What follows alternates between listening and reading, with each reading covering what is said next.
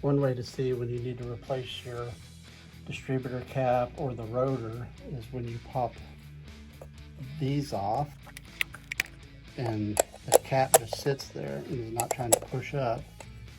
You can see this one is totally wore off, the little button here, the carbon button, and rotor still has some spring to it, but without this being on there, it doesn't have much spring at all. You can see inside here, these contacts are. So this distributor needs a little bit of work.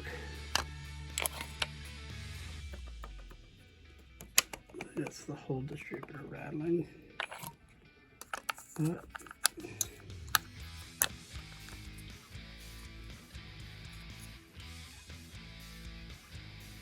supposed to be 25 thousandths, and that's pretty close.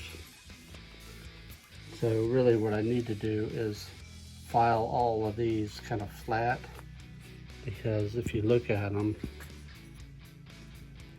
they are in bad shape.